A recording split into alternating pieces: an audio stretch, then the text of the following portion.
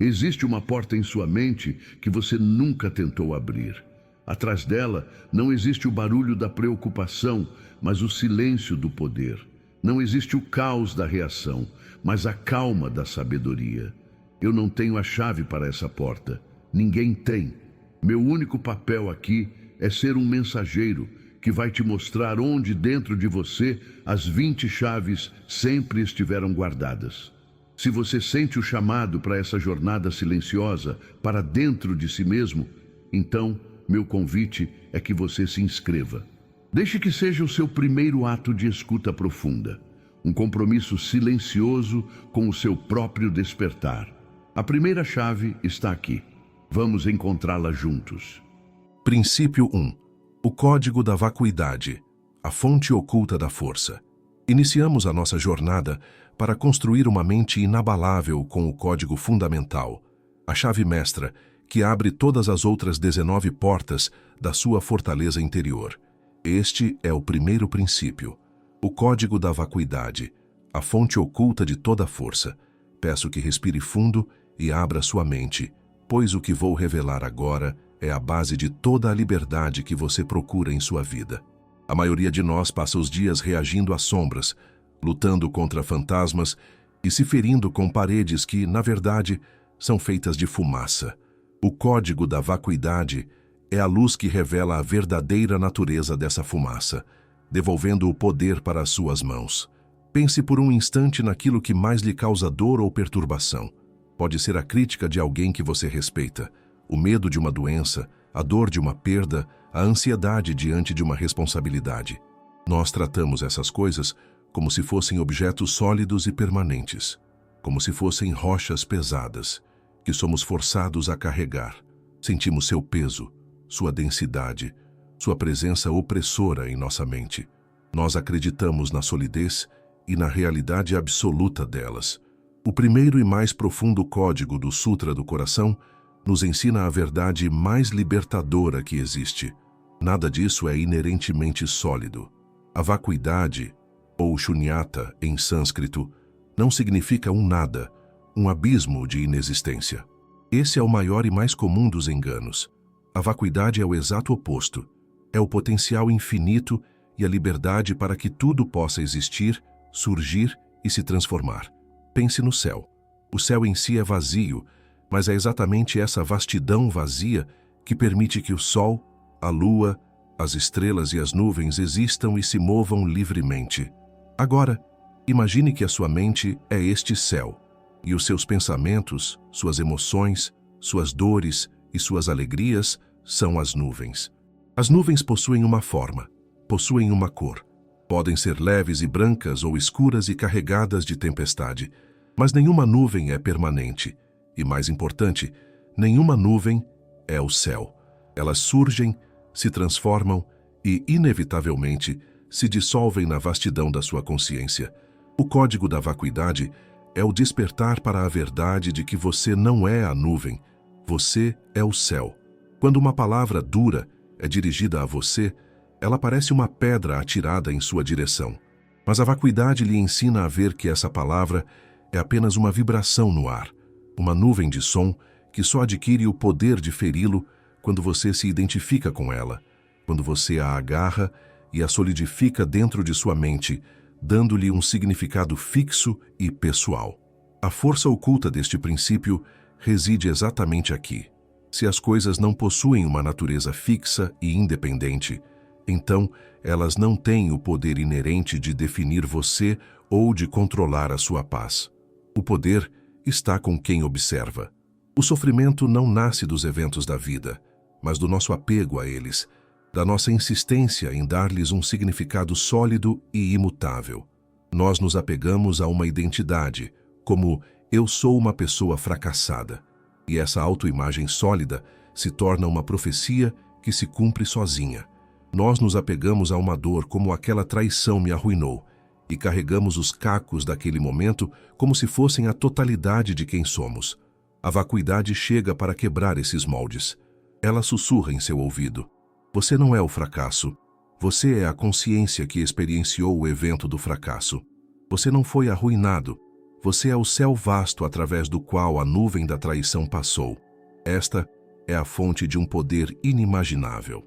Quando você compreende que tudo é fluido, interdependente e impermanente, você para de resistir ao rio da vida. Você para de construir barragens para tentar represar a correnteza e aprende a navegar em suas águas, sejam elas calmas ou turbulentas.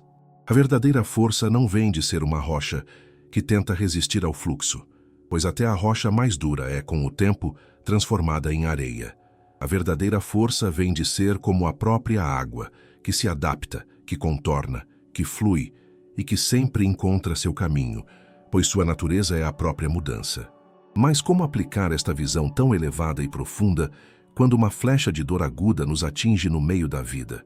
Saber que a flecha é conceitualmente vazia ajuda na recuperação, mas não impede a dor inicial do impacto. É por isso que esta sabedoria precisa de uma tática de combate corpo a corpo, uma forma de lidar com a sensação bruta no momento em que ela surge. E essa tática nós vamos desvendar em detalhes no terceiro princípio, o código da sensação neutra, onde você aprenderá a sentir a dor sem precisar cultivar o sofrimento. Princípio 2. O código da forma ilusória. Libertar-se da prisão das aparências. Se o primeiro código nos revelou que a natureza fundamental da realidade é um espaço aberto e livre como o céu, o segundo código nos ensina a não nos perdermos na forma das nuvens que passam por ele. Uma vez que você compreende a natureza aberta e fluida de tudo, o passo seguinte é desmantelar a principal fonte de todo engano, de todo julgamento e de todo sofrimento que experimentamos. Este é o segundo princípio, o código da forma ilusória, o método para se libertar da prisão das aparências. Nós vivemos em um mundo de formas, a forma de um corpo saudável ou doente, a forma de uma conta bancária cheia ou vazia, a forma de um sorriso amigável ou de uma expressão fechada. Desde que nascemos, somos condicionados a reagir a essas formas como se elas fossem a realidade final e absoluta. Vemos a forma de um carro de luxo e reagimos com o pensamento de sucesso. Vemos a forma de uma casa simples e pensamos pobreza. Vemos a forma de um erro que cometemos no passado e reagimos com o sentimento de culpa. Essa reação automática e inconsciente às aparências é a prisão invisível em que todos nós vivemos. O Sutra do Coração nos entrega a chave mestra para esta cela quando nos diz: a forma é exatamente o vazio, e o vazio é exatamente a forma.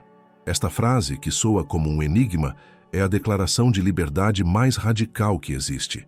Ela significa que a aparência de algo e sua natureza fundamental e vazia não são duas coisas separadas. Pense novamente na onda do oceano. A onda tem uma forma clara e distinta, mas ela é feita de quê?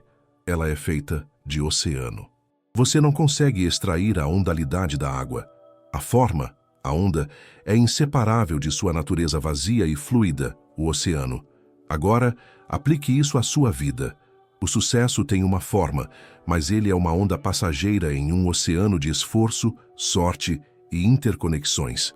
A ofensa de alguém tem uma forma, mas ela é uma onda de palavras nascida de um oceano de dores e condicionamentos daquela pessoa. Quando você entende isso, o poder hipnótico que a forma tem sobre você começa a se dissolver. Você para de se afogar em ondas passageiras e aprende a flutuar no oceano da existência. Libertar-se da prisão das aparências é parar de julgar o livro pela capa e entender que a capa, as páginas e as palavras são todas feitas da mesma matéria-prima, expressando uma única história. E isso se aplica de maneira ainda mais profunda à forma mais poderosa e mais ilusória que existe, a forma de você mesmo, a forma do seu eu. Nós passamos a vida construindo uma estátua de nós mesmos em nossa mente. Esta estátua é feita com o cimento de nossas memórias, de rótulos como inteligente ou inseguro, de nossos sucessos e de nossos fracassos. E então, passamos o resto da vida sofrendo terrivelmente para defender e lustrar essa estátua, e entramos em pânico sempre que alguém a arranha ou quando os eventos da vida não correspondem à imagem que criamos dela. O código da forma ilusória lhe convida a um ato de coragem suprema. quebrar essa estátua. Você não é a estátua, você é o escultor.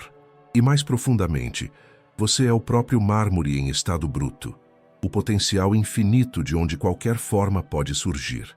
Compreender isso liberta você da tirania do seu passado. Um erro é apenas uma forma, uma onda que já passou. Não precisa definir o oceano inteiro que você é hoje.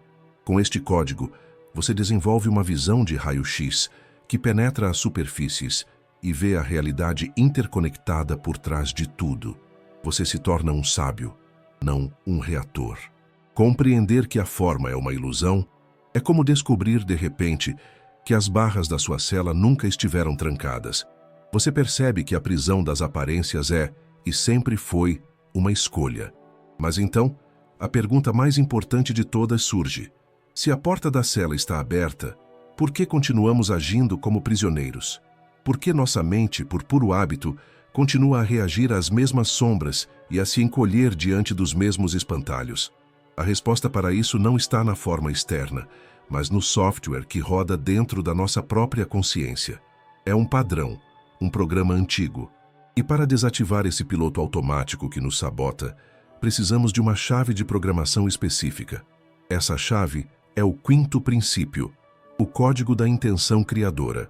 Nele, vamos mergulhar fundo nos mecanismos dos padrões mentais e aprender como reescrever as linhas de código que geram nossas reações automáticas, nos devolvendo, finalmente, o verdadeiro controle sobre nossas vidas.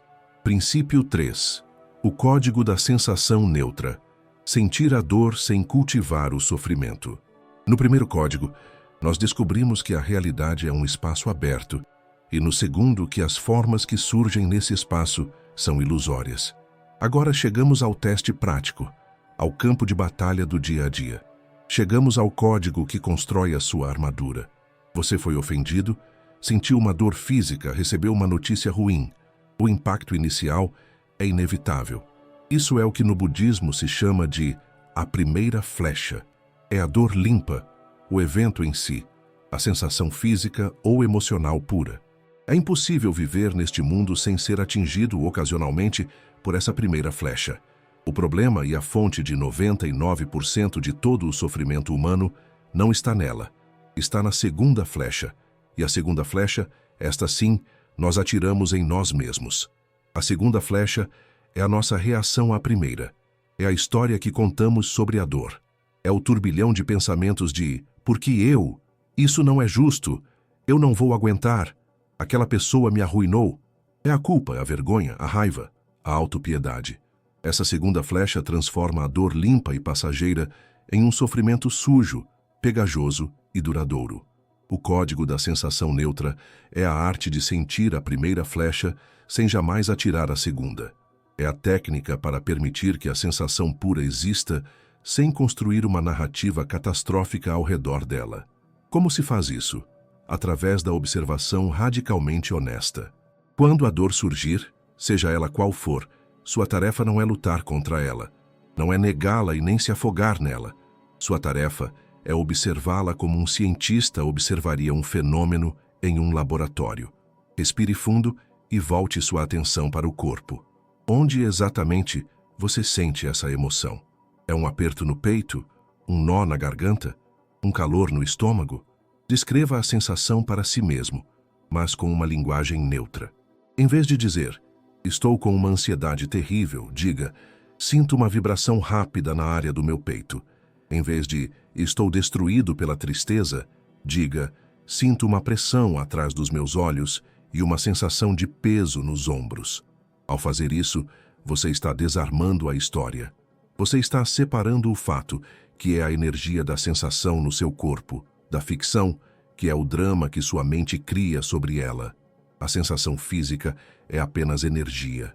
Ela surge, atinge um pico, e se você a deixar em paz, ela se dissipa naturalmente, como a ondulação na água de um lago. É a nossa resistência, a nossa análise e o nosso julgamento que mantém a ondulação acontecendo indefinidamente, transformando o lago em uma tempestade. Este código não promete uma vida sem dor. Isso seria uma fantasia. Ele promete algo muito mais valioso e realista: Uma vida onde a dor não precisa mais se converter em sofrimento. Você se torna capaz de tocar no fogo sem se queimar, de sentir o impacto da vida sem se quebrar. Você desenvolve uma resiliência emocional tão profunda que as flechas da vida podem até te atingir, mas elas não se fixam mais. Elas passam através de você, pois não encontram mais um alvo sólido de resistência e drama para se alojarem. Você aprende a arte de ter o coração partido, mas com o peito aberto. Você sente. Você honra a sensação. Você a permite ser. E então, você a deixa ir. Este é um dos códigos mais práticos e transformadores de todos. Dominar a arte de não atirar a segunda flecha é o que separa uma pessoa que reage da vida de uma pessoa que responde a ela com sabedoria e graça. Agora que aprendemos a lidar com a energia bruta das sensações, surge uma nova questão. Se a sensação é neutra, por que nossa mente insiste em rotulá-la como boa ou ruim tão rapidamente? A resposta está no próximo nível do processamento mental, o filtro através do qual vemos o mundo. E para limpar este filtro, precisamos do 7º princípio, o código do eu inexistente. Nele, vamos investigar a fundo a questão mais fundamental de todas. Quem, afinal, é este eu que sente a dor? Descobrir a natureza ilusória deste eu é o que dissolve não apenas a segunda flecha, mas o próprio arqueiro. Princípio 4. O código da percepção pura. Ver a realidade sem as lentes do hábito. Se no código anterior aprendemos a lidar com a sensação bruta que chega até nós, agora vamos examinar o mecanismo que interpreta essa sensação. Entre o mundo e a nossa mente, existe um filtro. Esse filtro é a nossa percepção. E na maioria das vezes, esse filtro está sujo, embaçado e distorcido por toda a nossa história de vida. Nossas memórias, nossas crenças, nossos traumas, nossas alegrias, nossos preconceitos. Nós não vemos o mundo como ele é. Nós vemos o mundo como nós somos. O código da percepção pura é o processo de limpeza radical dessas lentes. É o esforço consciente para ver a realidade diretamente, sem a interferência dos nossos julgamentos e rótulos automáticos. Pense em como isso funciona. Você encontra uma pessoa pela primeira vez. Em uma fração de segundo, sua mente já a catalogou. Confiável, arrogante, interessante, perigosa. Essa catalogação se baseia em semelhanças com pessoas do seu passado, no tom de voz, na roupa que a pessoa veste. Você não está vendo a pessoa que está ali. Você está vendo uma projeção das suas próprias memórias. Você não está interagindo com a realidade, mas com o seu arquivo mental. Essa percepção impura é a fonte de todos os mal-entendidos, dos conflitos e dos erros de julgamento. Agimos baseados em informações velhas, em mapas desatualizados, e depois nos surpreendemos quando nos perdemos. Ver com percepção pura é ver com olhos de iniciante. Reabordar cada momento, cada pessoa e cada experiência como se fosse a primeira vez. Exige a suspensão temporária do seu conhecimento, das suas certezas. É um ato de humildade e de coragem, pois é muito mais confortável se apoiar nos velhos rótulos. Mas a liberdade só existe fora da zona de conforto dos nossos preconceitos. A prática deste código é simples, mas desafiadora. Consiste em adicionar uma pequena pausa entre o ver e o julgar. Quando encontrar alguém, em vez de deixar o rótulo automático surgir, apenas observe. Observe os detalhes sem nomeá-los. Ouça as palavras sem preparar sua resposta enquanto a outra pessoa ainda fala.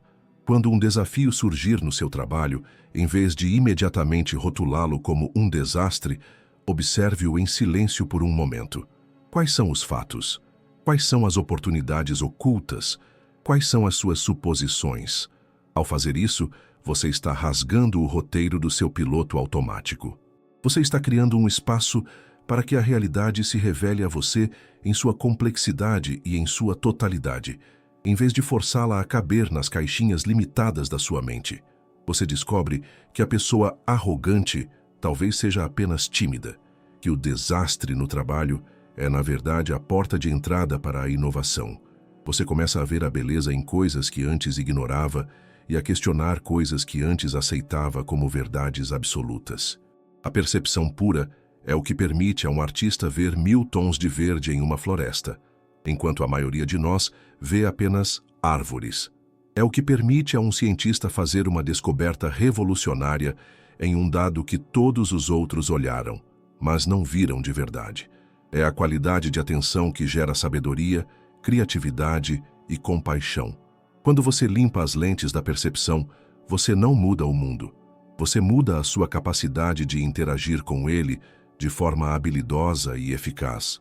As formas ilusórias perdem o poder de te enganar. As sensações neutras são vistas com clareza, sem o drama adicionado. Você começa a operar a partir da realidade, não da sua história sobre a realidade. É uma mudança de poder monumental. Saber ver a realidade sem distorções é um superpoder. Mas de que adianta ter uma visão perfeita se continuamos a andar pelos mesmos caminhos esburacados por pura força do hábito? Ver claramente é o primeiro passo, mas o passo seguinte é agir sabiamente. E para isso, precisamos entender como nossas ações criam nosso futuro. Precisamos nos tornar mestres do nosso próprio destino. E essa mestria é o domínio do 15º princípio, o código do karma consciente. Nele, vamos desmistificar a palavra karma e transformá-la de um conceito de punição em uma ferramenta de criação consciente e poderosa. Princípio 5. O código da intenção criadora. Desativar os padrões mentais que te sabotam. Chegamos agora ao motor da nossa máquina interna, ao software que roda por trás de todas as nossas ações e reações. No código 2, percebemos que a porta da cela das aparências estava aberta, mas nos perguntamos, por que continuamos agindo como prisioneiros? A resposta está neste 5º código. A resposta está nos nossos padrões mentais, ou como o budismo chama, nossas formações mentais, ou sankaras. Pense neles como trilhas na grama de um campo. Se você caminha pelo mesmo caminho todos os dias, uma trilha se forma. Primeiro, ela é sutil, mas com o tempo, ela se torna um sulco profundo. Torna-se tão fácil e automático seguir essa trilha que você nem percebe mais que está fazendo uma escolha. Você simplesmente a segue. Nossos padrões mentais são assim. Uma reação de raiva a uma crítica. Uma onda de ansiedade antes de um evento importante. O impulso de procrastinar uma tarefa difícil. A primeira vez que reagimos assim, criamos uma pequena trilha. Após 100 ou 1000 repetições, criamos um sulco profundo, um padrão automático. Este é o piloto automático que nos sabota. Ele é formado por todas as nossas reações passadas e tem um único objetivo: economizar energia. É mais fácil repetir um padrão do que criar uma resposta nova e consciente. O código da intenção criadora é a decisão deliberada de sair da trilha batida. É o ato de parar, olhar para o campo vasto e dizer, hoje eu vou caminhar por outro lugar. É aqui que a intenção se torna uma força criadora. A intenção é a semente de uma nova ação. Cada vez que você se pega prestes a reagir com o velho padrão de raiva e, em vez disso, escolhe respirar e responder com calma, você está se recusando a aprofundar o sulco antigo. E mais importante, você está começando a trilhar um novo caminho. No início, esse novo caminho exige esforço consciente. Parece artificial, difícil. É como caminhar pela grama alta. Mas a cada repetição, a cada escolha consciente pela paciência em vez da raiva, pela coragem em vez do medo, pela ação em vez da procrastinação, a nova trilha se torna mais clara e mais fácil de seguir. Este código te devolve o poder de ser o arquiteto da sua própria mente. Você não é vítima dos seus hábitos. Você é o criador deles. O passado pode ter criado os sulcos que existem hoje, mas o seu presente, a sua intenção neste exato momento, tem o poder de criar os caminhos do seu futuro. A prática deste código é um exercício de vigilância e de escolha. O primeiro passo é a autoobservação sem julgamento. Reconheça seus padrões, diga, aqui está ele de novo, o padrão da autocrítica. Ou, olha só, o impulso de pegar o celular para evitar o tédio. Apenas nomeá-lo sem se culpar já tira uma imensa parte do seu poder automático. O segundo passo é a introdução da intenção consciente. Antes de uma reunião que te deixa ansioso, estabeleça a intenção. Nesta reunião, minha intenção é ser presente e calmo. Antes de interagir com uma pessoa difícil, estabeleça a intenção. Minha intenção é ouvir com compaixão. Essa intenção age como um leme, guiando seu navio mental através das tempestades dos velhos hábitos. Ao praticar isso, você gradualmente reescreve o seu próprio código-fonte. Os velhos padrões perdem a força por falta de uso, e os novos padrões, baseados em sabedoria e escolha, tornam-se o seu novo normal. Você deixa de ser uma criatura reativa do passado e se torna um criador consciente do seu presente. Uma vez que começamos a dominar nosso universo interior, reescrevendo nossos padrões e intenções, um impulso natural surge, o de estender essa harmonia para o mundo exterior. De que serve um jardim interior bem cuidado se o deixamos cercado por muros altos? A verdadeira maestria envolve abrir os portões, e para isso precisamos de um código que conecte nosso mundo interno com o mundo dos outros. Esse código é a ponte para a humanidade, e nós o exploraremos no 16º princípio, o código da compaixão ativa, a força que emerge não apenas ao sentir, mas ao agir para aliviar o sofrimento do outro. Princípio 6. O código da consciência espelho. A mente que apenas reflete sem se manchar. Depois de termos aprendido a observar nossas sensações, percepções e a reescrever nossas intenções, chegamos agora à natureza do próprio observador. Vamos explorar a qualidade essencial da consciência pura. Pense em um espelho perfeito. Ele reflete tudo o que passa à sua frente, sem exceção e sem julgamento. Ele reflete o sol e não fica mais brilhante. Reflete uma nuvem escura e não se torna sombrio. Reflete um fogo e não se queima. Reflete uma imagem monstruosa e não sente medo. Reflete um rosto belo e não se apaixona. Assim que a imagem se vai, o espelho volta a ser o que sempre foi, um espaço claro, aberto e pronto para o próximo reflexo. Ele não se apega a nenhuma imagem, nem rejeita nenhuma outra. O código da consciência espelho é o treinamento para que a sua mente adquira a qualidade deste espelho. É a capacidade de permitir que os pensamentos, as emoções e as experiências da vida surjam e desapareçam dentro do campo da sua consciência, sem que você se identifique com eles, sem que eles manchem a sua natureza fundamental. Nós sofremos porque fazemos o oposto. Quando um pensamento de raiva surge, nós não apenas o refletimos, nós nos tornamos a raiva. Quando uma sensação de tristeza aparece, nós nos fundimos com ela e dizemos, eu estou triste, como se essa fosse a nossa identidade total naquele momento. Nós agarramos as imagens no espelho e acreditamos que somos elas. A prática deste código é cultivar o que se chama de a testemunha silenciosa. É dar um passo para trás e observar o fluxo da sua própria mente a partir de um lugar de quietude. Você se senta em meditação, ou mesmo durante uma pausa no seu dia, e simplesmente assiste ao desfile. Um pensamento sobre o trabalho, uma memória da infância, uma preocupação com o futuro, uma coceira no nariz. A sua tarefa não é parar os pensamentos nem analisá-los, mas apenas notá-los. Há um pensamento de preocupação. Há uma sensação de impaciência. Você os observa como quem observa nuvens no céu ou carros passando em uma rua. A cada vez que você faz isso, você enfraquece a sua identificação com o conteúdo da sua mente e fortalece a sua identificação com a própria consciência, com o próprio espelho. Você descobre que você não é o trânsito caótico dos seus pensamentos, mas sim o espaço silencioso e amplo no qual o trânsito acontece. Este é um refúgio de paz que está sempre disponível para você, não importa quão tempestuosa a sua vida externa ou interna pareça. A beleza deste código é que ele não exige que você mude seus pensamentos. Ele apenas exige que você mude a sua relação com eles. Você pode ter pensamentos de medo, mas não precisa ser uma pessoa medrosa. Você pode ter pensamentos de inadequação, mas não precisa acreditar neles. Você se torna o mestre da sua casa interior, capaz de receber qualquer visitante, seja ele agradável ou desagradável, com equanimidade, sabendo que nenhum deles veio para ficar. Eles são apenas reflexos passageiros no espelho da sua mente. Cultivar esta consciência testemunha é o que nos prepara para a investigação mais profunda de todas, pois, se estamos aprendendo a observar o conteúdo da mente a partir de um lugar de quietude, Uma pergunta inevitável e revolucionária surge. E essa pergunta, como eu prometi no terceiro princípio, precisa agora ser respondida. Quem exatamente é esta testemunha? Quem é este eu que observa?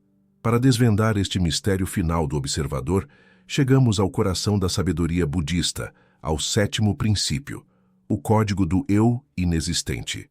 Prepare-se, pois este código tem o poder de demolir a fundação de todo o sofrimento egóico. Princípio 7. O código do eu inexistente, a dissolução do ego que sofre. Chegamos agora ao código mais radical, mais libertador e talvez o mais incompreendido de todos. Em nossa jornada até aqui, desvendamos as ilusões da forma, das sensações e dos padrões mentais. Agora, vamos apontar a lanterna da sabedoria para a própria entidade que acredita estar vivendo tudo isso, o eu. A sociedade, a linguagem e a nossa própria mente nos treinaram a acreditar que existe, em algum lugar dentro de nós, um eu fixo, sólido e contínuo. Um presidente na sala de controle, um homenzinho atrás dos nossos olhos que é o dono dos nossos pensamentos, o comandante das nossas ações. Nós nos esforçamos para proteger este eu, para engrandecer seu nome, para defender sua reputação. E é exatamente este projeto de proteger e promover um eu imaginário que é a causa raiz de toda a nossa angústia. O código do eu inexistente, ou Anatman, não diz que você não existe. Ele diz que você não existe da maneira que você pensa que existe. Ele revela que este eu sólido e separado é uma ilusão. O que nós chamamos de eu é, na verdade, um processo, não uma coisa. É um conjunto de 5 agregados que já exploramos: a forma, nosso corpo, as sensações, as percepções, as formações mentais e a consciência. Pense em um carro. Nós olhamos para um objeto e o chamamos de carro. Mas o que é o carro? Ele é um conjunto de rodas, motor, chassi, bancos. Não existe uma essência de carro separada das suas partes. Se você desmontá-lo peça por peça, em que ponto ele deixa de ser um carro? A palavra carro é apenas um rótulo conveniente para um conjunto de componentes funcionando juntos. Da mesma forma, o que chamamos de eu é apenas um rótulo conveniente para o fluxo contínuo de corpo, sensações, percepções, pensamentos e consciência. Não há um presidente na sala de controle. Há apenas o fluxo. Não há um pensador por trás dos pensamentos. Há apenas o pensar. Não há um sentidor por trás da dor. Há apenas o sentir. Esta revelação é a libertação suprema. Por quê? Porque se não há um eu sólido para proteger, quem é que a ofensa de alguém pode ferir? Se não há um eu permanente, quem é que o fracasso pode manchar para sempre? Se não há um dono para as emoções, a quem pertence a ansiedade ou a tristeza? Elas se tornam eventos impessoais, como o tempo. A chuva cai, o vento sopra, a ansiedade surge. Ela não é sua. Ela é apenas um fenômeno que passa através da consciência. A prática deste código é uma meditação investigativa. Pergunte a si mesmo: quem sou eu? Procure por este eu. Você é seu corpo, mas seu corpo está mudando a cada segundo. Você é suas memórias, mas elas são imprecisas e desaparecem. Você é suas emoções, mas elas são passageiras como nuvens. Quanto mais você procura por um eu fixo e sólido, mais você percebe que ele é como um fantasma. Ele não pode ser encontrado. O que você encontra é apenas o processo da vida acontecendo. Ao dissolver a crença nesse eu separado, você não se torna nada. Pelo contrário, você se torna tudo. Quando a ilusão da gota d'água separada se desfaz, ela não desaparece. Ela se reconhece como o oceano inteiro. A sensação de isolamento, de ser você contra o mundo, se dissolve. E no lugar dela, surge um sentimento profundo de conexão. Se o eu é uma ilusão, então onde termina o eu e onde começa o você? Onde termina o você e onde começa o ar que respiramos e a terra que nos sustenta? A resposta a essa pergunta destrói todas as fronteiras e nos leva diretamente ao 9º princípio, o código da origem interdependente. Nele, descobriremos que nada existe por si só e que toda a existência é uma vasta e intrincada teia de relações, uma dança cósmica da qual somos todos parte. Princípio 8. O código da impermanência radical. Dançar conforme o fluxo do universo. Agora que desconstruímos a ilusão de um eu sólido, estamos prontos para encarar de frente uma das verdades mais fundamentais e universais da existência. Tudo muda. Tudo, sem exceção. Este é o código da impermanência radical, ou anika. Nós até aceitamos a impermanência em um nível superficial. Sabemos que as estações mudam, que as crianças crescem, que a tecnologia avança. Mas nós vivemos em uma negação constante da natureza radical desta verdade. Nós nos agarramos a momentos de felicidade, tentando congelá-los no tempo. Nós nos apegamos à nossa juventude e à nossa saúde como se fossem posses permanentes. Nós nos apegamos a relacionamentos, a empregos e a certezas. E sofremos imensamente quando o fluxo inevitável da vida os leva embora. O sofrimento, ensina este código, não vem da mudança em si. A mudança é neutra.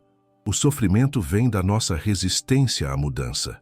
É como tentar construir uma barragem de areia no meio de um rio poderoso. É uma batalha perdida, exaustiva e que, no final, só gera frustração e dor. O código da impermanência radical nos convida a parar de lutar contra o rio e a aprender a dançar com ele. É uma mudança de perspectiva de 180 graus, da resistência para a aceitação, do apego para o desapego, do medo para a curiosidade. O que significa aceitar a impermanência em um nível radical? Significa entender que nem mesmo você é a mesma pessoa que era quando esta frase começou. Milhões de células no seu corpo morreram e nasceram. Novos pensamentos surgiram. O universo inteiro se moveu. Você é um processo, um verbo, não um substantivo. Esta compreensão é incrivelmente libertadora. Se tudo é impermanente, então a dor também é. A tristeza, a ansiedade, o desespero, eles são como o tempo. Podem ser tempestades intensas, mas nenhuma tempestade dura para sempre. Saber disso em um nível profundo te dá a resiliência para atravessar os momentos mais difíceis, com a confiança de que isto também passará. Da mesma forma, se a felicidade também é impermanente, isso não é motivo para desespero, mas sim um convite para a apreciação plena. Sabendo que aquele momento de alegria com um ente querido é único e passageiro, você o vive com muito mais intensidade e gratidão. Você para de tentar fotografar o momento e começa a vivê-lo. Você saboreia cada segundo, pois sabe que ele é precioso e irrepetível. A prática deste código é cultivar a consciência do fluxo. Observe as pequenas mudanças ao seu redor. A luz do sol se movendo pela sala, a sensação da sua respiração entrando e saindo, o ciclo de um pensamento que nasce, vive e morre. Ao treinar sua mente para ver a impermanência nas pequenas coisas, você se prepara para aceitá-la nas grandes transformações da vida, a perda, a mudança, o envelhecimento. Você desenvolve uma flexibilidade mental e emocional, uma fluidez que te permite navegar pelas correntezas da vida com graça e equanimidade. Mas aqui surge uma questão profunda. Se tudo está constantemente mudando, se tudo está escorrendo por entre nossos dedos como areia, onde podemos encontrar um terreno sólido? Como podemos construir uma vida de alegria e significado sobre uma fundação tão instável? A resposta é paradoxal e bela. O único lugar seguro não é um lugar fixo, mas sim a habilidade de construir uma balsa para navegar no rio. Essa balsa é construída no único ponto do tempo que realmente existe. Aprender a construir e a viver nesta balsa é o segredo contido no 17º princípio, o código da presença absoluta, a arte de ancorar a mente no poder infinito do aqui e agora. Princípio 9, o código da origem interdependente, a sabedoria de que nada existe sozinho. Após desconstruirmos a ilusão de um eu separado e sólido no 7º princípio, chegamos à sua consequência lógica, a imagem que se revela quando a fumaça do ego se dissipa. Se eu não existo de forma isolada, como então eu existo? A resposta é uma das visões mais belas e profundas do budismo. Este é o 9º princípio, o código da origem interdependente, a sabedoria de que tudo é uma vasta e intrincada teia de relações. Este princípio, conhecido como Pratityasamutpada, ensina que nada, absolutamente nada, existe por si só. Tudo o que existe surge em dependência de outras coisas. Pense em uma simples flor em um vaso. De onde ela veio? Ela precisa de uma semente. A semente, por sua vez, precisou de uma planta-mãe. A flor precisa de terra, com seus minerais e micro-organismos. Precisa da água, que caiu em forma de chuva.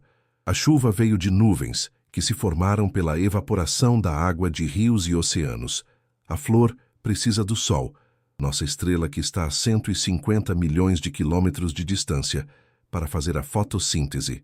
Precisa do ar, do oxigênio e do carbono. Talvez tenha precisado de uma abelha para a polinização e de um jardineiro para plantá-la. Quando você olha profundamente para a flor, você vê o universo inteiro. A flor não tem uma existência separada. A flor interé com todo o resto. Agora, aplique essa mesma lógica a você. Quem é você? Você é o alimento que comeu hoje no café da manhã, que foi cultivado por um agricultor em uma terra nutrida pela chuva e pelo sol. Você é o ar que está respirando neste exato momento. Você é as palavras e ideias de seus pais, professores e amigos que moldaram sua mente. Você é a cultura em que nasceu, a história de seus antepassados. Se você remover todas essas influências, todos esses fatores interdependentes, o que sobra de você? Nada. Assim como a flor, você não tem uma existência separada. Você interé com todo o universo. Compreender isso em um nível visceral destrói a raiz do sentimento de solidão. Como você pode se sentir sozinho se você está literalmente conectado a tudo o que existe? Destrói também a base da arrogância. Como você pode ser arrogante sobre suas conquistas se elas só foram possíveis por causa de uma rede infinita de causas e condições que estão completamente fora do seu controle? E mais importante, este código desperta um profundo senso de responsabilidade e reverência. Se você está conectado a tudo, então cada ação sua, cada palavra, cada pensamento, cria uma ondulação que se espalha por toda essa teia cósmica. Poluir um rio não é mais um ato isolado, é poluir a si mesmo. Machucar outra pessoa não é mais um ataque a um ser separado. É uma ferida que você inflige à sua própria existência interconectada. Esta não é uma filosofia abstrata. É a descrição mais precisa da realidade.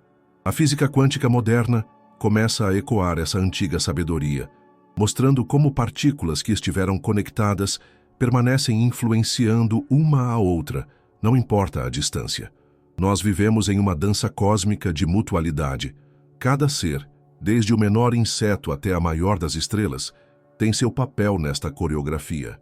Mas se cada ação, por menor que seja, cria ondulações intermináveis nesta teia de interconexão, como podemos viver? Como podemos agir sem medo de causar danos? Como navegar neste oceano de complexidade sem nos perdermos em extremos de ação descuidada ou de inação paralisante? Os antigos mestres desenvolveram um sistema de navegação preciso para esta jornada, um caminho de equilíbrio e sabedoria perfeitos. Este é o segredo que desvendaremos no 13º princípio, o código do caminho do meio, a arte de encontrar a força e a eficácia não nos extremos, mas no equilíbrio sagrado. Princípio 10. O código do não alcance, a libertação de buscar o que você já é.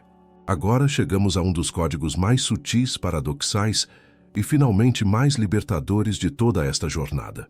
Depois de termos nos esforçado para entender os princípios, para purificar nossa mente e para cultivar a sabedoria, o Sutra do Coração nos apresenta uma reviravolta desconcertante. Este é o 10º princípio, o código do não alcance, a libertação da busca incessante por aquilo que você, em sua essência, já é. Em nossa cultura, somos condicionados a buscar. Buscamos sucesso, buscamos felicidade, buscamos conhecimento e, no caminho espiritual, buscamos a iluminação. A mente funciona com a lógica de que eu estou aqui e o meu objetivo está lá. Eu preciso fazer coisas para atravessar essa distância e alcançar aquele objetivo. Vivemos em um estado de carência, acreditando que nos falta algo fundamental para sermos completos e felizes. O código do não alcance vira essa lógica de cabeça para baixo. Ele afirma que a sua natureza fundamental, a sua consciência pura, já é completa, perfeita e livre. É como o céu que já é vasto e azul, mesmo quando está coberto por nuvens escuras. A iluminação não é um estado que você precisa alcançar ou construir. É a sua condição natural, que apenas precisa ser redescoberta. O trabalho espiritual, portanto, não é um trabalho de construção, mas sim de demolição. Não se trata de adicionar algo que lhe falta, mas de remover as camadas de ignorância, apego e aversão que obscurecem a luz que já brilha dentro de você. Imagine que há uma estátua de ouro puro e radiante, mas ela está coberta por uma espessa camada de lama seca. O trabalho do escultor não é criar o ouro. O ouro já está lá, perfeito em sua totalidade. O trabalho é pacientemente lavar e remover a lama. A lama são os nossos padrões mentais, nossas percepções distorcidas, nossa crença em um eu separado. Os princípios que estamos estudando não são para construir a estátua de ouro. Eles são as ferramentas para limpar a lama. Essa compreensão é a cura para a doença do praticante espiritual. Aquele que está sempre buscando a próxima técnica, o próximo retiro, o próximo guru, sempre com a sensação de que ainda não cheguei lá. Essa busca incessante, movida pelo ego, apenas reforça a crença de que estamos incompletos. O código do não alcance nos convida a relaxar, a parar de lutar, a reconhecer que o tesouro que procuramos pelo mundo afora está, e sempre esteve, no centro do nosso próprio ser. Isso significa que não devemos fazer nada? Absolutamente não. Significa que agimos a partir de um lugar diferente. Não agimos mais para obter algo para nosso ego. Agimos como uma expressão da nossa natureza já completa. Meditamos não para alcançar a paz, mas porque a meditação é a expressão natural de uma mente que retorna à sua paz inata. Somos generosos não para ganhar bom karma, mas porque a generosidade é o transbordamento natural de um coração que reconhece sua interconexão com todos os seres. Mas se não há nada a alcançar para nós mesmos, a jornada termina aqui? Pelo contrário, é exatamente aqui que a verdadeira jornada começa. Quando a busca egoísta por autoaperfeiçoamento cessa, uma energia imensa que antes era consumida nessa luta é liberada para um novo e mais nobre propósito. Essa energia é a expressão espontânea da nossa natureza desperta, e ela se manifesta no mundo de uma forma muito específica e poderosa. Ela se manifesta como o 16º princípio, o código da compaixão ativa, a força que nos move a aliviar o sofrimento no mundo, não para ganhar algo, mas simplesmente porque essa é a única resposta lógica de um coração que despertou. Princípio 11. O código da mente sem obstáculos. O verdadeiro significado da ausência de medo. Quando aplicamos os códigos que vimos até agora, a compreensão da vacuidade, da impermanência, a dissolução do ego e a visão da interdependência, um estado mental muito particular começa a emergir. É o resultado natural, o fruto de toda essa sabedoria. O Sutra do Coração descreve esse estado de forma muito poética e poderosa. Este é o 11º princípio, o código da mente sem obstáculos, o verdadeiro significado da ausência total de medo. O que é um obstáculo na mente? Um obstáculo é qualquer coisa que impeça o livre fluxo da consciência. Pense em uma represa em um rio. A água para, fica estagnada, acumula pressão. Os obstáculos mentais são assim. O apego é um obstáculo. O desejo de segurar algo impede que a mente flua com a impermanência. A aversão é um obstáculo. O esforço para empurrar algo para longe de nós cria uma tensão imensa, uma autoimagem rígida, um dogma, uma crença inquestionável. Tudo isso são barreiras, represas que criam estagnação e sofrimento na nossa mente. A mente sem obstáculos, portanto, não é uma mente vazia ou estúpida. Pelo contrário, é uma mente supremamente inteligente e dinâmica que adquiriu a qualidade da água. A água não tem forma própria, por isso ela pode assumir qualquer forma. Ela não encontra obstáculos permanentes. Se você coloca uma pedra em seu caminho, ela simplesmente a contorna. Se você a bloqueia com uma parede, Ela acumula força até passar por cima, ou encontra uma fenda para passar por baixo. Uma mente sem obstáculos é fluida, adaptável, resiliente e, por isso, incrivelmente poderosa. Ela não se prende a planos rígidos quando as circunstâncias mudam. Ela não se quebra diante de uma crítica, pois não tem um ego sólido para defender. Ela não se desespera com a perda, pois entende a natureza do fluxo. E a consequência direta de uma mente sem obstáculos é a ausência de medo. De onde vem o medo? O medo fundamental é sempre o medo de perder algo. Medo de perder a vida, a saúde, o dinheiro, a reputação, um ente querido. O medo só pode existir quando há uma crença em um eu separado e vulnerável, que possui coisas que podem ser tiradas dele. Mas quando você compreendeu a vacuidade, a impermanência e a natureza ilusória do eu, o que há para temer? Se não há um eu sólido, quem é que vai morrer? Se não há posses permanentes, o que pode ser realmente perdido? A ausência de medo descrita aqui não é a imprudência do tolo ou a arrogância do brutamontes. É a serenidade profunda de quem compreendeu a verdadeira natureza da realidade e fez as pazes com ela. É a coragem de viver plenamente, de amar abertamente e de agir com integridade, não porque você não vê os perigos, mas porque você vê através da ilusão do medo egóico. Você se torna livre para responder às necessidades do momento com clareza e criatividade, em vez de reagir a partir de velhos traumas e inseguranças. Uma mente sem medo e sem barreiras se torna uma fonte inesgotável de poder e clareza. Mas como essa clareza se manifesta no mundo? Como essa força interior se traduz em nossa interação com os outros? A expressão mais elevada de uma mente livre e destemida é a maestria sobre o que dizemos e, mais importante ainda, sobre o que não dizemos. Essa é a arte sutil e poderosa que exploraremos em detalhe no 19º princípio, o código da palavra essencial. A disciplina de usar a comunicação não para fortalecer o ego, mas para expressar a verdade e a compaixão. Princípio 12. O código da não-dualidade. Transcender a guerra interior entre bom e mal. Após compreendermos que o eu é uma ilusão e que toda a existência é uma teia interconectada, chegamos a uma conclusão que abala os próprios alicerces da nossa forma de pensar. Se as fronteiras entre eu e o outro são porosas, então as fronteiras que traçamos entre todos os conceitos também o são. Este é o 12º princípio, o código da não-dualidade, a sabedoria que nos liberta da guerra civil travada em nossa própria mente.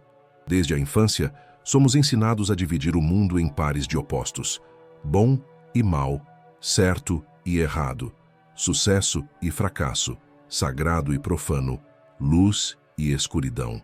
Nossa mente funciona como um computador binário, constantemente julgando e categorizando cada experiência. Essa divisão, essa dualidade, é a causa fundamental de todo conflito interno e externo. Nós nos apegamos ao que consideramos bom e travamos uma batalha exaustiva contra o que consideramos mal, tanto no mundo quanto dentro de nós mesmos. Tentamos suprimir nossos pensamentos ruins, nossas emoções negativas, nossas falhas de caráter. É uma guerra que nunca podemos vencer, pois um oposto não pode existir sem o outro. O código da não-dualidade não nega que existam diferenças. Ele não diz que dor e prazer são a mesma coisa. Ele nos convida a ver mais fundo, a perceber que os pares de opostos são como as duas faces de uma mesma moeda. Você não pode ter uma moeda que só tenha o lado da coroa. A existência de um lado implica necessariamente a existência do outro. A luz só tem significado porque existe a escuridão. O silêncio só é percebido por causa do som. O sucesso só é definido em contraste com o fracasso. Eles não são inimigos em guerra. São parceiros de dança que criam a realidade como a conhecemos. A prática deste código é um relaxamento profundo da mente julgadora. É observar nossas tendências de rotular tudo e, conscientemente, não o fazer. É ver a beleza na imperfeição, a força na vulnerabilidade, a lição na falha. Quando você vivencia um fracasso, em vez de se afundar na história do "eu sou um perdedor", você pode olhar para a situação com uma perspectiva não dual e perguntar: o que esta experiência está me ensinando? Que força está nascendo desta aparente fraqueza? Quando um pensamento de raiva surge, em vez de se culpar por ser uma pessoa ruim e não espiritual, você o reconhece como uma energia, uma parte da totalidade da sua experiência humana que contém uma mensagem para você. Você para de lutar contra si mesmo. Você abraça a sua totalidade, com suas luzes e suas sombras, entendendo que ambas são necessárias para formar um ser humano completo. Isso não é um passe livre para a falta de ética. Pelo contrário, quando você deixa de ser governado pelo medo de ser mau, você pode finalmente agir a partir de um lugar de clareza e compaixão autênticas, e não a partir de uma tentativa de se conformar a um ideal externo. Você encontra a paz não ao vencer a guerra, mas ao perceber que nunca houve uma guerra para começo de conversa, apenas uma dança. Mas como podemos aplicar essa visão não dual de forma prática às emoções mais difíceis e turbulentas que nos assombram? É fácil falar de unidade quando estamos calmos, mas o que fazer com a fúria, o ciúme, a inveja, o desespero? É realmente possível ver a luz na sombra dessas energias tão poderosas? A resposta é um retumbante sim, e o método para essa transformação radical é uma das artes mais secretas e potentes da mente. É o que vamos desvendar em detalhes no 14º princípio, o código do sofrimento como combustível, a alquimia que nos ensina a transformar o veneno emocional em um remédio poderoso. Princípio 13, o código do caminho do meio, a força que reside no equilíbrio, não nos extremos. No 9º princípio, vimos que a realidade é uma teia complexa de interconexões, onde cada ação gera infinitas ondulações. A partir dessa visão, prometemos entregar um sistema de navegação, um guia para viajar por essa complexidade sem se perder. Este guia é um dos ensinamentos mais antigos e centrais do Buda.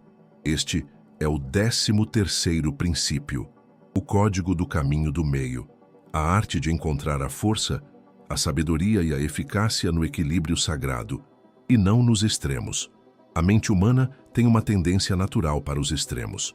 Ou nos entregamos sem controle ao prazer e à distração, buscando a felicidade em fontes externas, ou nos punimos com autocrítica, disciplina rígida e negação, acreditando que o sofrimento purifica, ou trabalhamos até a exaustão, ou caímos na procrastinação e na apatia, ou defendemos nossas opiniões com uma certeza fanática, ou nos tornamos cínicos e indiferentes a tudo.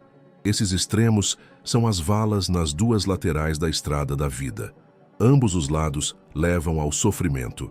O caminho do meio não é uma linha frouxa de comprometimento, uma mediocridade sem paixão. Pelo contrário, é o fio da navalha. É um caminho de consciência aguçada, que exige atenção constante e coragem. É o espaço dinâmico entre os opostos. Pense em uma corda de violão.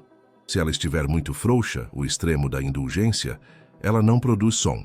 Se ela estiver esticada demais, o extremo do ascetismo, ela arrebenta.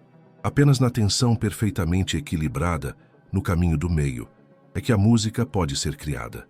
Viver o caminho do meio é aplicar essa sabedoria a todas as áreas da sua vida. Na alimentação, não é a gula nem a privação, mas a nutrição consciente. No trabalho, não é a obsessão nem a negligência, mas o esforço equilibrado e sustentável.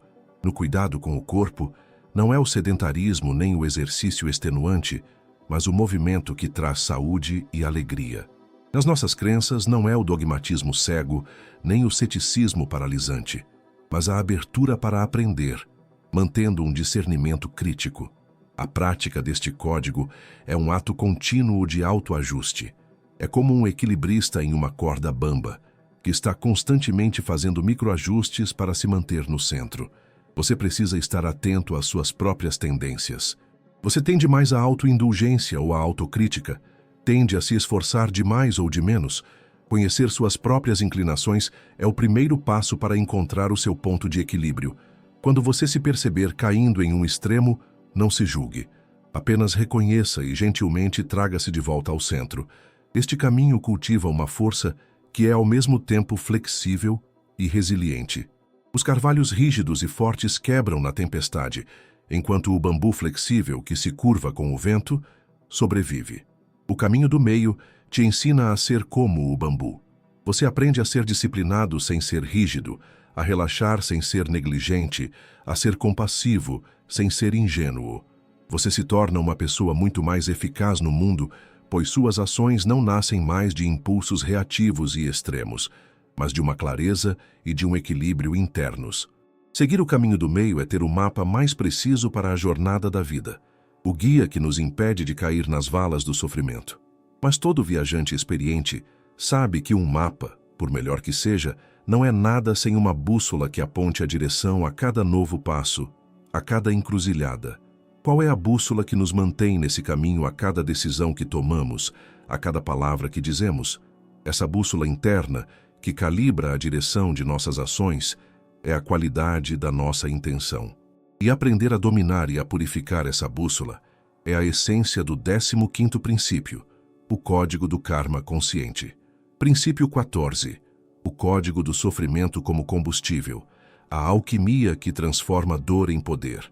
Como prometido ao explorarmos a não-dualidade, chegamos agora a uma das práticas mais potentes e secretas da mente, a arte de lidar com nossas emoções mais sombrias e difíceis. A maioria de nós passa a vida fugindo da própria sombra. Quando a raiva, o medo, o ciúme ou a tristeza surgem, temos duas reações comuns. Ou nós os suprimimos, fingindo que não existem, ou nós nos tornamos eles, explodindo e causando danos a nós mesmos e aos outros. Existe uma terceira via, uma via de maestria. Este é o 14º princípio, o Código do Sofrimento como Combustível, a alquimia sagrada que transforma o veneno emocional em remédio para a alma. A alquimia era a antiga arte de transformar metais básicos, como o chumbo, no mais nobre dos metais, o ouro. A alquimia da mente aplica o mesmo princípio às nossas emoções. As emoções negativas são como o chumbo. Elas são pesadas, escuras e consideradas de pouco valor. Mas, na verdade, elas contêm uma energia imensa e um poder bruto. O Código da Alquimia nos ensina a não jogar fora esse chumbo, mas a colocá-lo no fogo da nossa consciência para transmutá-lo em ouro. Pense na raiva. A raiva, em sua forma bruta, é destrutiva. Mas a energia por trás da raiva é a clareza, a discriminação, o poder de dizer não à injustiça. Se você consegue segurar a energia da raiva sem agir a partir dela, observando-a com consciência, pode transmutá-la em ação assertiva e compassiva. O veneno da raiva se torna o remédio da clareza protetora. Pense no medo. O medo bruto nos paralisa, mas a energia por trás do medo é a inteligência, a prudência, a capacidade de reconhecer o perigo. Ao acolher o medo com consciência, sem se deixar dominar por ele, você pode transmutá-lo em sabedoria e cautela, em uma preparação inteligente. O veneno do medo se torna o remédio da sabedoria que antecipa. O mesmo se aplica a todas as emoções. O ciúme contém a energia do apreço e o desejo de conexão. A tristeza contém a energia da sensibilidade e da empatia. O segredo do alquimista não é se livrar da emoção, mas sim extrair sua essência de sabedoria. A prática é um processo de 3 passos. Primeiro, reconheça a emoção sem julgamento quando ela surgir. Aqui está a raiva. Segundo, acolha a sensação no seu corpo. Em vez de lutar, respire na sensação, dando-lhe espaço para existir. Terceiro, pergunte à emoção: qual é a sua mensagem? Que sabedoria você está me trazendo? Você não age a partir da emoção, mas também não a suprime. Você a segura com uma curiosidade compassiva, como um cientista sábio. Este processo transforma seu mundo interior. Você deixa de ser uma vítima das suas emoções e se torna um mestre alquimista. As tempestades emocionais que antes te afogavam se tornam a fonte de energia que move o seu barco. Você aprende que a flor de lótus mais bela, símbolo da iluminação, só cresce na lama mais escura e lamacenta. Você para de ter medo da sua própria lama interior e começa a vê-la como um solo fértil para o seu crescimento. Quando você se torna um mestre alquimista da sua própria mente, capaz de transformar até as emoções mais venenosas em sabedoria pura, um novo estado de ser se torna acessível. O barulho interno da reatividade, do conflito e do drama, começa a acessar. E nesse espaço que se abre, você descobre que o silêncio que emerge não é vazio, ele é fértil. Ele é a fonte de toda a intuição, criatividade e conexão profunda. Aprender a cultivar e a escutar este silêncio interior é o propósito do 19º princípio, o código do silêncio fecundo, onde encontramos as respostas que o barulho das palavras jamais poderia nos dar. Princípio 15. O código do karma consciente, tornar-se o arquiteto do próprio destino. Ao desvendarmos o caminho do meio, recebemos o mapa para navegar a vida com equilíbrio. Agora, como prometido, vamos aprender a calibrar a bússola que nos mantém nesse caminho. Chegamos a um dos conceitos mais populares, porém mais profundamente mal interpretados de toda a filosofia oriental. É hora de resgatar seu verdadeiro poder. Este é o 15º princípio, o código do karma consciente, a arte de se tornar o arquiteto deliberado do seu próprio destino. A palavra karma foi distorcida em nossa cultura, transformada em uma espécie de sistema de pontuação cósmica, um sinônimo de destino ou punição divina. Nada poderia estar mais longe da verdade. Karma, em sua essência, é uma palavra sânscrita que significa simplesmente ação. O princípio do karma não é uma lei de punição, mas sim a lei natural e impessoal de causa e efeito. É a lei do plantio e da colheita. Cada ação que você realiza, cada palavra que você diz e, mais importante ainda, cada intenção que você cultiva na sua mente é uma semente que você planta no solo fértil do universo. E, inevitavelmente, você irá colher os frutos dessas sementes. Este código não fala de um destino fixo e imutável. Pelo contrário, ele te entrega o poder e a responsabilidade absolutos sobre sua vida. Você não é uma vítima passiva das circunstâncias. Você é, a cada momento, o criador ativo da sua realidade futura. A chave para entender o karma está na palavra intenção. A mesma ação externa pode plantar sementes completamente diferentes, dependendo da intenção por trás dela. Dar dinheiro a alguém por pura compaixão planta uma semente de abundância e conexão. Dar a mesma quantia de dinheiro para se exibir ou para manipular a outra pessoa planta uma semente de egoísmo e de sofrimento futuro. A intenção é a carga genética da semente. É ela que determina a qualidade do fruto que irá nascer. A prática deste código é um exercício constante de autoconsciência. Antes de agir ou de falar, crie o hábito de fazer uma pausa, por menor que seja, e se perguntar: qual é a minha verdadeira intenção aqui? Estou agindo a partir do medo, da raiva, da carência? Ou estou agindo a partir da clareza, da generosidade, do amor? Esta simples pausa é revolucionária. Ela move você do assento do passageiro de suas reações automáticas para o assento do motorista de sua vida. Você para de plantar ervas daninhas inconscientemente e começa a cultivar deliberadamente o jardim que deseja ver florescer. Este princípio também nos ensina a olhar para as nossas atuais circunstâncias de vida, tanto as agradáveis quanto as difíceis, com uma nova perspectiva. Em vez de perguntar, por que isso está acontecendo comigo? Com um sentimento de vítima, podemos perguntar, quais sementes do passado criaram esta situação? E quais sementes eu posso plantar agora para criar um futuro diferente? Isso transforma o arrependimento em aprendizado e a resignação em poder de ação. Você se torna um cientista da sua própria vida, observando as relações de causa e efeito e ajustando suas intenções para criar os resultados que almeja. Você assume total responsabilidade pelo seu universo. Então, se a nossa intenção é a semente de todo o nosso futuro, qual é a semente mestra? Qual é a intenção mais poderosa, mais pura e mais benéfica que um ser humano pode cultivar em sua mente e em seu coração? A resposta a essa pergunta é o que distingue um caminho de mero autoaperfeiçoamento de um caminho de verdadeira iluminação. É a força que move todos os grandes sábios e santos da história. Chegamos agora ao princípio, que é o coração pulsante de toda a nossa jornada, o 16º princípio, o código da compaixão ativa. Princípio 16. O código da compaixão ativa, a força que nasce ao se conectar com o outro.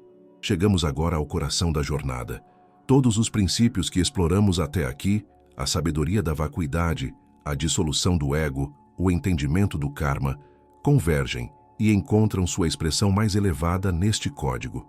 Após a longa jornada para dentro, para a libertação da mente individual, a energia desperta se volta naturalmente para fora. Este é o 16º princípio, o código da compaixão. Ativa a força que nos move a aliviar o sofrimento no mundo, não para ganhar algo, mas porque essa é a única resposta lógica de um coração que despertou.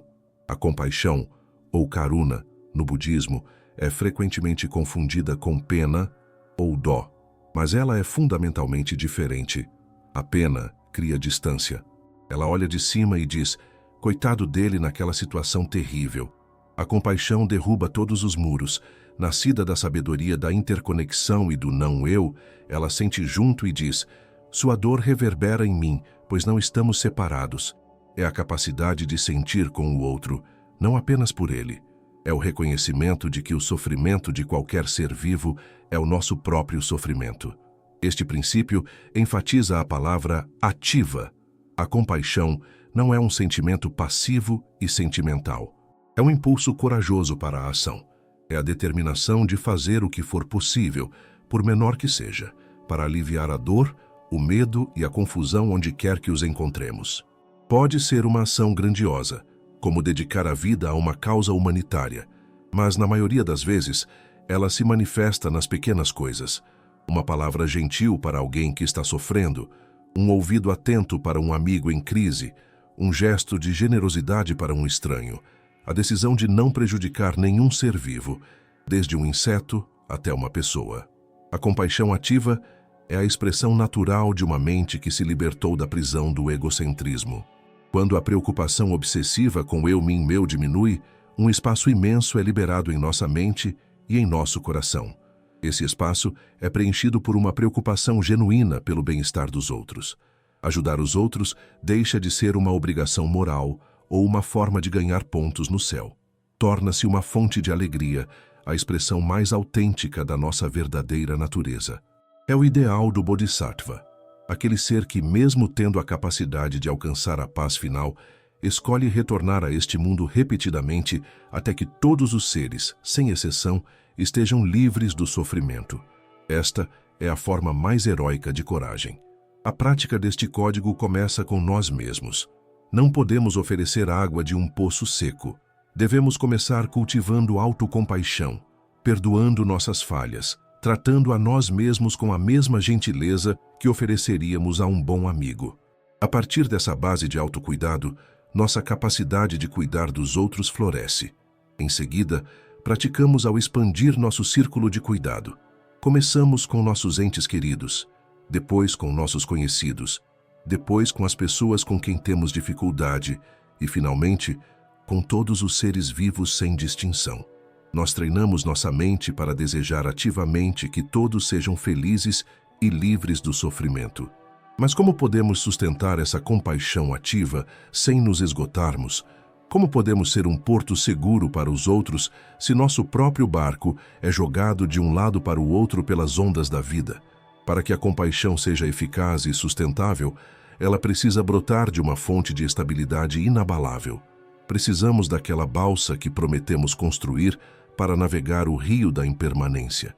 Chegou o momento de aprender a construir essa base sólida.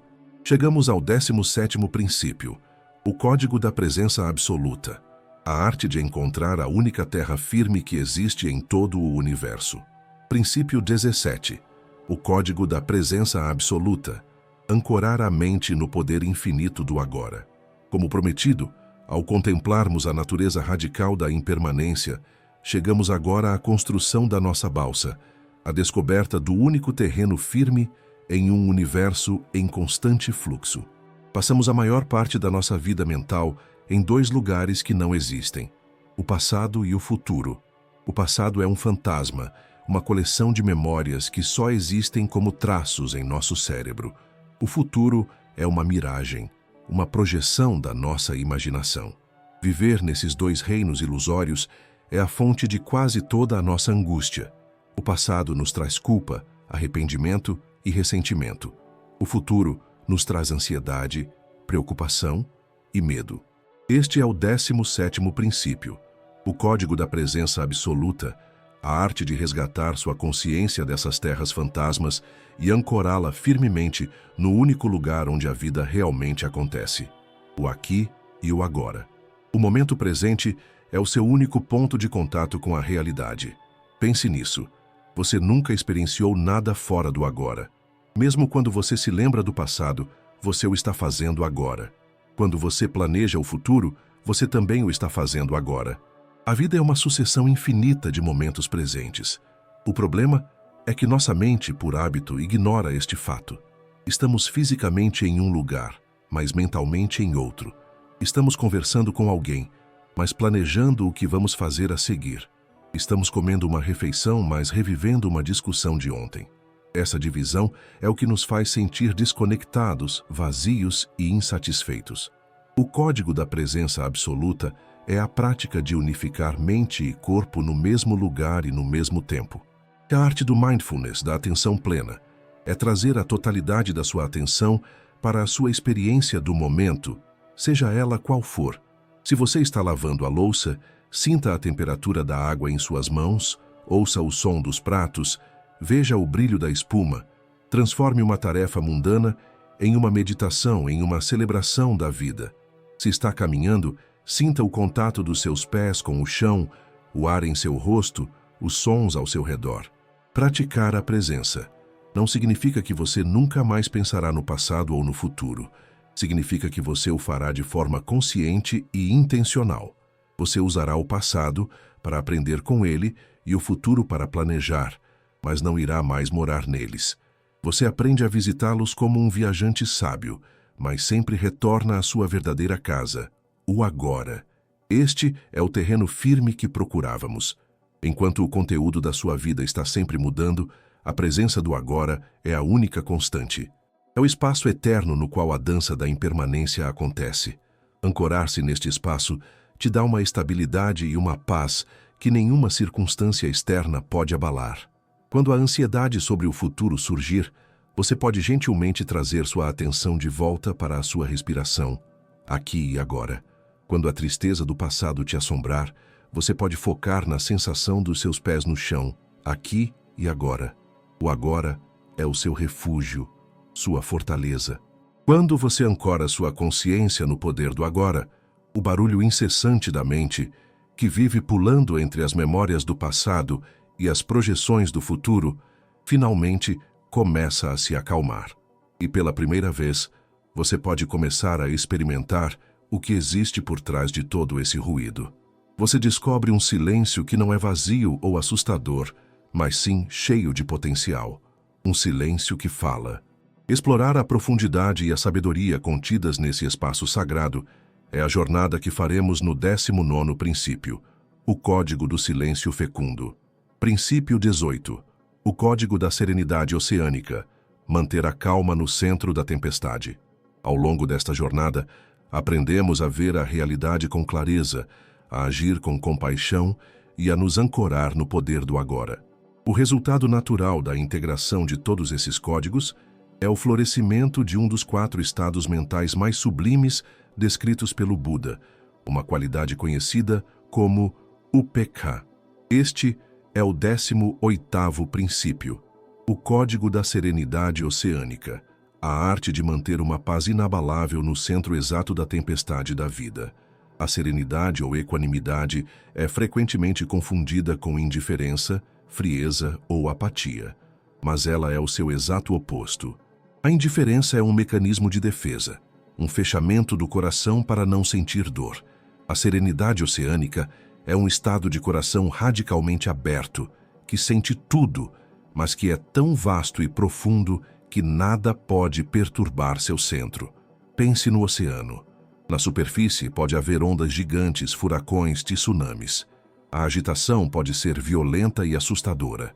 Mas se você mergulhar fundo, a centenas ou milhares de metros, encontrará uma quietude absoluta, um silêncio e uma calma que não são afetados por nada que aconteça na superfície. A sua mente pode ser como este oceano, A superfície é a sua vida cotidiana, com suas alegrias, tristezas, sucessos e fracassos. O código da serenidade oceânica é a prática de aprender a habitar as profundezas da sua própria consciência, mantendo essa calma profunda, mesmo quando as ondas da vida estiverem agitadas. Esta não é uma paz que depende de circunstâncias externas. Não é a paz de estar deitado em uma rede na praia. É a paz que você carrega dentro de si no meio de um engarrafamento, durante uma discussão difícil, ao receber um diagnóstico preocupante. É uma paz que não nega a realidade, mas a abraça a partir de um lugar de equilíbrio inabalável. Essa serenidade nasce diretamente da sabedoria. É porque você entende a impermanência que não se desespera com a perda. É porque você entende a natureza do não-eu que não leva as críticas para o lado pessoal. É porque você entende a interdependência que age com compaixão, mas sem ser destruído pelo sofrimento do mundo.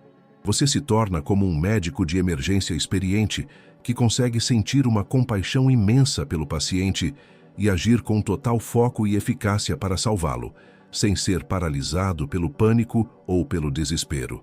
Você aprende a cuidar profundamente, mas com um coração espaçoso e equilibrado. A prática deste código é observar suas reações diante dos pequenos desafios do dia.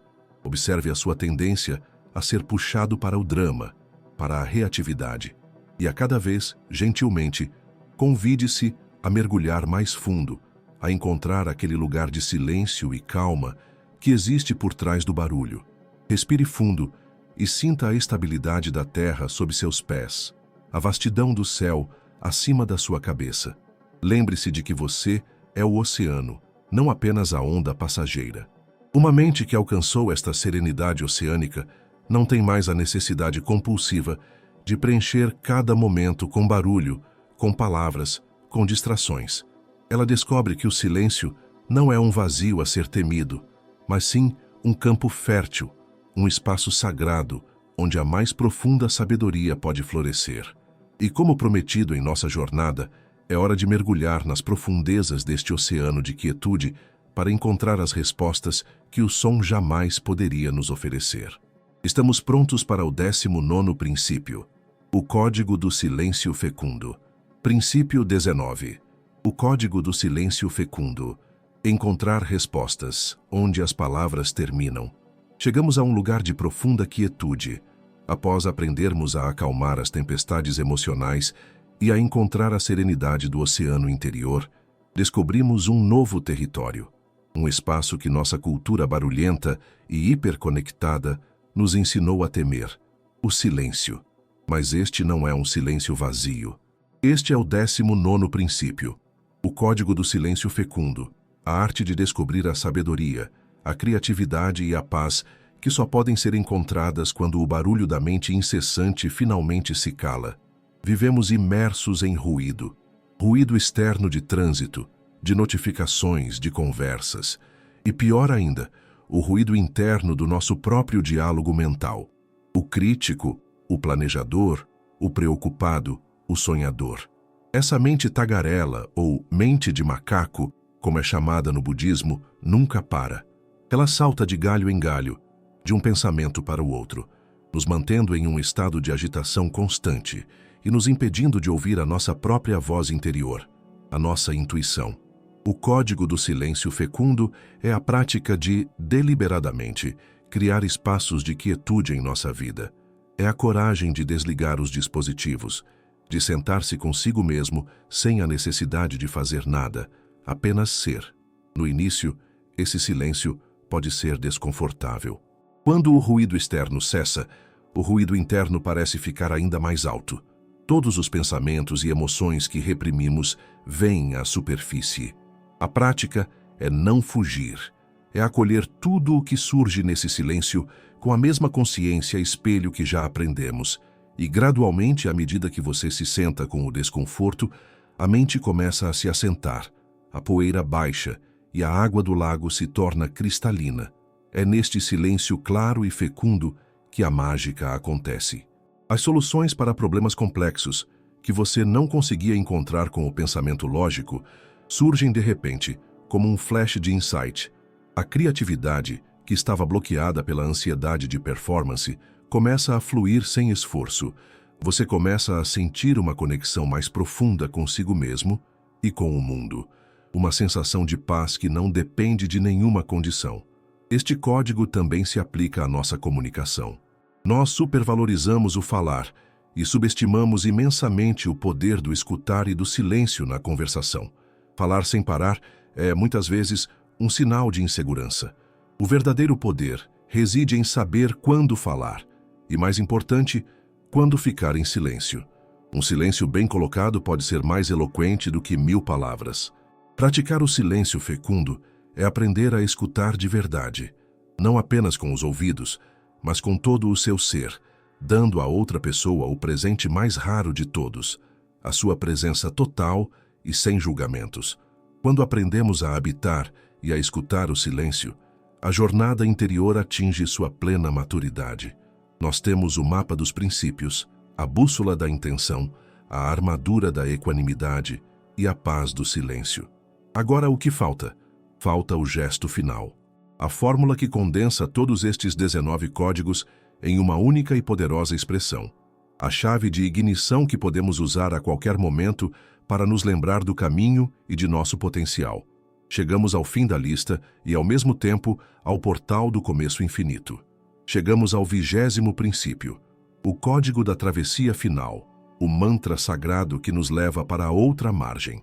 Princípio 20, o código da travessia final, o mantra para ir para a outra margem da consciência.